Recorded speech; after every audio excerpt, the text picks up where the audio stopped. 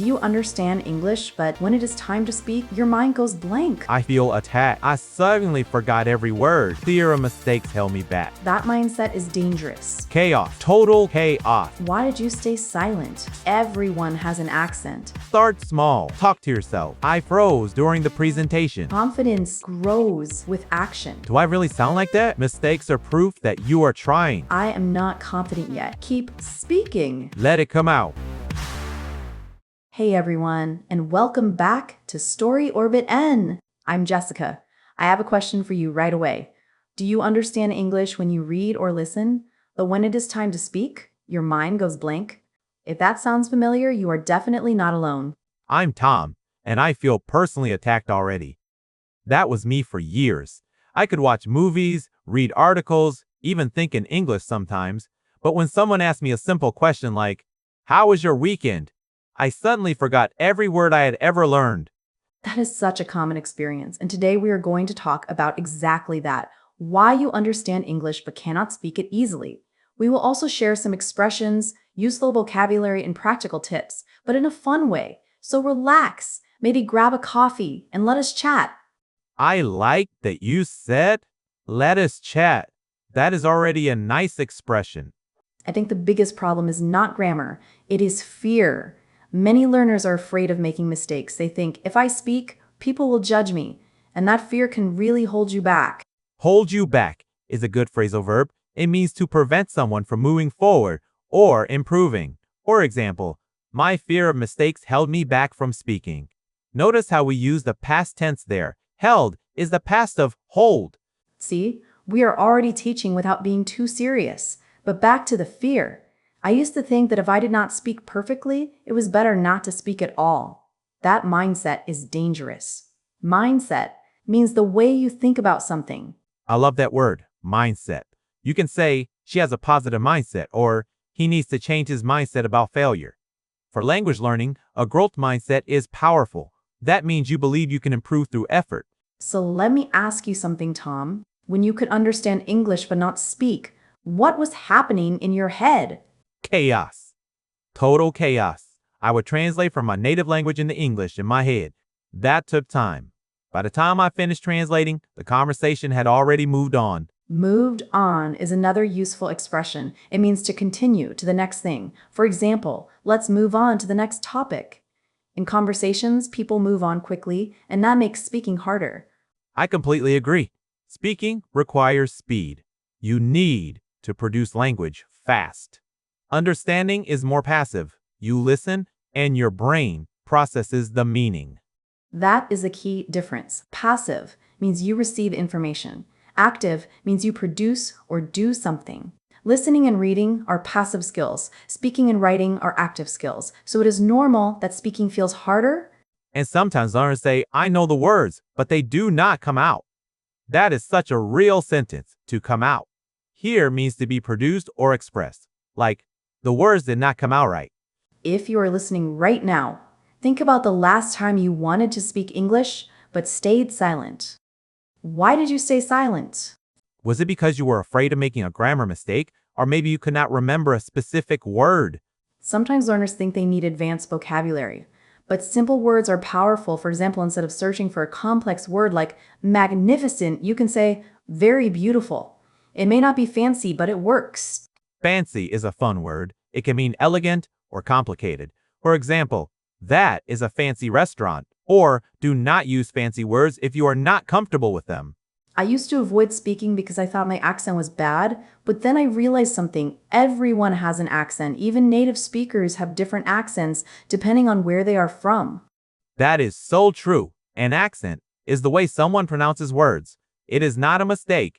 It is part of your identity. If people understand you, your accent is not a problem. And sometimes we confuse accent with pronunciation. Pronunciation is about how clearly you say words. Accent is about the style of your speech. You can improve pronunciation without losing your accent. Let us give an example. The word comfortable. Many learners say every syllable clearly, like comb for ta, bear. But in natural speech, many people say comfortable. It is faster. That is pronunciation. That example shows something else. Spoken English is not always the same as written English. When you read, you see the full word. When you listen, sounds connect and change. That is called connected speech, when words link together, like want to becoming wanna. We say, I want to go in casual speech, not in formal writing. Let me challenge you a bit. Do you think learners should force themselves to speak every day, even if they feel uncomfortable? That is a good question. I would say yes, but gently. Gently means in a soft and careful way. Do not force yourself in a stressful situation. Start small, talk to yourself, describe what you are doing. Talking to yourself is underrated. Underrated means not appreciated enough. You can say, I am making coffee now. I am opening the window. It sounds simple, but it trains your brain to think in English. That helps you stop translating. When you stop translating and start thinking directly in English, speaking becomes faster. Not perfect, but faster. That is such an important point. And actually, if you want to go much deeper into this idea of stopping translation in your head, we have a full episode about it on StoryOrbitEN. It is called 57 Stop Translating in Your Head. And in that episode, we really break down why translating slows you down and what you can do instead. In that episode, we talk about practical strategies to train your brain to think in English instead of going back and forth between languages. So if you are listening right now and thinking, that is exactly my problem, definitely check out episode 57. Let us talk about another issue. Some learners say, I understand everything in class, but when I talk to native speakers, I freeze. To freeze here means to suddenly stop and feel unable to act. I love that verb in this context. You can say, I froze during a presentation. It does not mean you became ice. It means your mind stopped working for a moment. Presentations are scary even in your own language.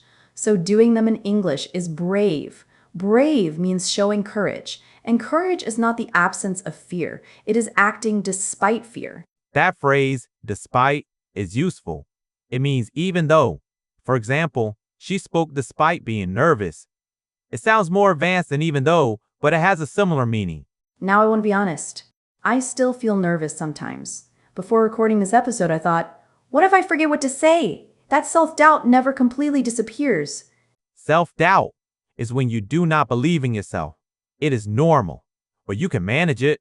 One technique that helps is preparation. If you prepare some phrases in advance, you feel safer. For example, phrases like, in my opinion, I am not sure, but, or that is an interesting question. Those are called sentence starters. They give you time to think. While you are saying, that is an interesting question, your brain is preparing the real answer. Let us practice one. Imagine someone asks you, why are you learning English? You could start with, well, to be honest, I have always wanted to travel. To be honest signals that you are sharing something real. And if you do not understand a question, you can say, could you repeat that? Or, what do you mean by that? These expressions are lifesavers. Lifesaver literally means something that saves your life. But we use it figuratively to mean something extremely helpful, like that phrase was a lifesaver. We are giving you so many tools right now, but let us not overwhelm you. To overwhelm means to give too much at once. That is another problem. Some learners try to learn hundreds of new words every week. Then they feel overwhelmed and quit. Consistency is better than intensity. That is a nice sentence. Consistency means doing something regularly. Intensity means doing something with a lot of energy for a short time. So instead of studying for 5 hours once a week, maybe study or practice speaking for 15 minutes every day. That daily habit builds confidence. Confidence grows with action. You cannot wait to feel confident and then speak. You speak and then confidence grows. It is the opposite of what many people think. That is such an important idea. If you are listening, I want you to think about one small action you can take today. Maybe record yourself speaking for 2 minutes. Maybe send a voice message in English. Recording yourself can feel strange. At first, you might think, do I really sound like that?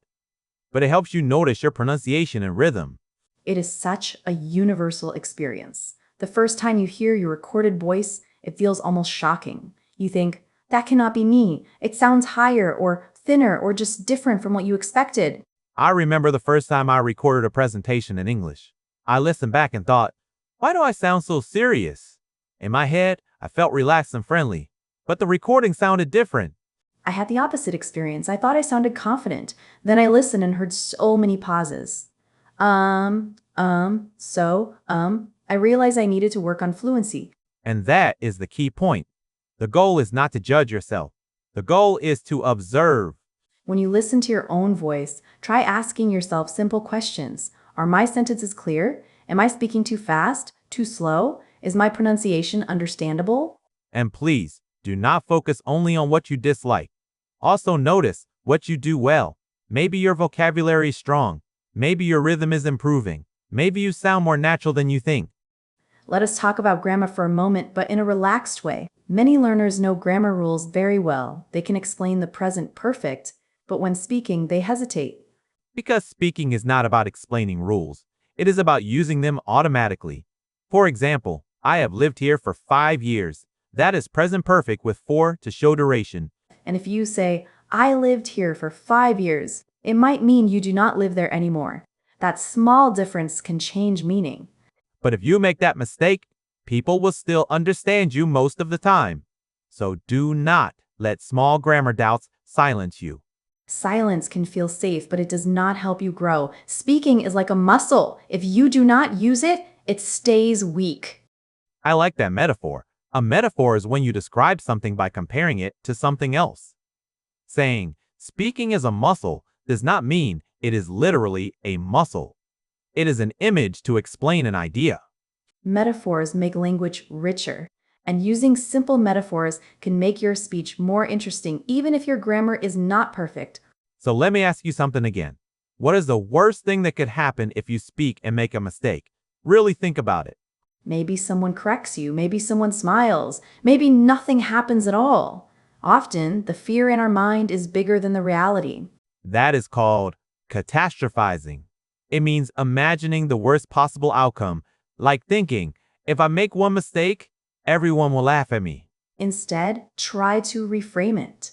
To reframe means to look at something in a different way. A mistake is feedback. Feedback helps you improve. I once had a teacher who said, mistakes are proof that you are trying. That sentence stayed with me. I love that. And I want our listeners to remember this too. If you understand English but cannot speak easily yet, it does not mean you are bad at languages. It means you need more speaking practice. That word yet is powerful. If you say, I cannot speak English, it sounds final. If you say, I cannot speak English yet, it sounds temporary. Add yet to your sentences and see how it changes your mindset. I am not confident yet. I do not feel fluent yet. It leaves space for growth. So before we finish, let us recap what just happened here, because we covered quite a lot without making it feel like a boring lecture. We started with that horrible moment when your brain goes blank. You understand everything, you feel smart, and then someone asks you a simple question and suddenly, nothing. Just mental silence. We talked about fear and how it can hold you back. Not your grammar, not your vocabulary. Fear. That dramatic little voice in your head saying, do not speak. You might make a mistake. Very helpful voice, by the way. Not. Then we exposed that voice and said, excuse me, we are speaking anyway. We learned, hold you back, mindset, move on, and we reminded you that speaking is an active skill, which means, unfortunately, you actually have to do it. We also attacked the translation habit. If your brain is doing gymnastics between languages, of course you are going to be slow. So if that is your situation, go check episode 57 and train your brain to think directly in English. Less mental traffic, more flow.